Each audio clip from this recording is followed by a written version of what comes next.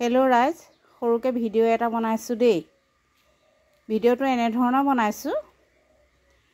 দেউতাক এজন মানে চাকৰিয়ালে, তথাপিও মানে কালি সৰু পিতেকে জোতা এযোৰ দিলে দেই। তেওঁলোকে পিন্ধিব নোৱাৰি আৰু ফটা জোতা এযোৰ দিছে। তেতিয়া মোক গধূলি কৈছে, এই জোতাযোৰ বোলে ধুনুৱে মোক দিছে নহয় বোলে পিন্ধিবৰ কাৰণে, এই গধূলি বোলে পিন্ধিবৰ কাৰণে।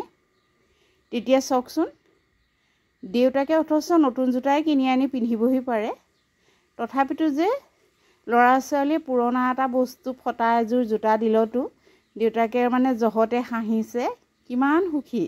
আৰু ল'ৰা ছোৱালীক যদি নতুন এযোৰো আনি দিয়া হয় নহয়, তেতিয়া ল'ৰা ছোৱালীয়ে কি কয়, এযোৰ মোৰ পচন্দ হোৱা নাই যে, কালাৰটো অকণমান বেলেগ আনিব লাগিছিলে। তেনেধৰণৰ হয়তো ল'ৰা ছোৱালীয়ে মানে দেউতাকক কয়। কিন্তু দেউতাকে যে ল'ৰা ছোৱালীয়ে এৰা ফটা জোতাযোৰ যদি ল'ৰা ছোৱালী পিন্ধিব নোৱাৰি ঘূৰাই দিয়ে নহয় ল'ৰাই, তেওঁ দেউতাক তাতে সুখী, জানেনে? আপোনালোকৰো বাৰু তেনেকুৱা হয় নেকি? কমেণ্ট এটা কৰি জনাবচোন।